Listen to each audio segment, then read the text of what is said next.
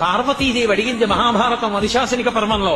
శుభ్రమైన కైలాసం ఉండగా, ఇంత ఐశ్వర్యం ఉండగా, చింతామణి గృహం ఉండగా శ్మశానంలో ఎందుకుంటున్నారని అడిగింది.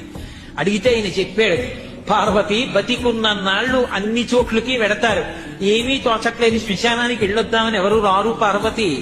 నేనంతవాణ్ణంటాడు, పొడుగ్గా ఉన్నానంటాడు, తెల్లగా ఉన్నానంటాడు, పండితుణ్ణంటాడు, పద్యాలు నాకు నోటికొచ్చంటాడు, ఉపన్యాసం చెప్పగలనంటాడు, నాకు పాటలొచ్చంటాడు, నేను నాట్యం చేస్తానంటాడు, నేను అధికారినంటాడు, నా దగ్గర డబ్బు ఉందంటాడు,